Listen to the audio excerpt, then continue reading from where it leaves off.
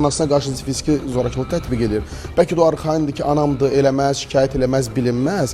Yəni onun nəzərinə çatdır ki, qanunvericilikdə yəni ailə üzvünə qarşı etməklə bağlı hər hansı bir istisna yoxdur.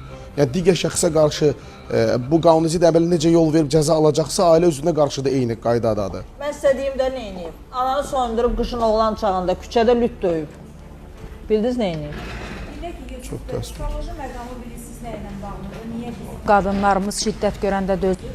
Çünki polisə müraciət edərsə, deməli yaxşı qadın deyilsən, ərini, qardaşını və yaxud da ailə üzvünü polisə verirsən və bu cür kodlanmalarla nəticələrimiz də belə olur təəssüf ki və həmin o bəylərdə, bu cür məsuliyyətsizləşir və eyni zamanda qadından əşya kimi istifadə edirlər. Məsələn, bacısını hədələməyi, onun heç bir hüququ yoxdur axı. O bir ayrı insandır. Yəni, çox üzr istəyirəm, bayaq da mən dedim, qeyd elədim. Nəyə görə bir qadın mənim öz həyatımdır, özüm bilərəm deyəndə biz başqa cür yozuruq bunu.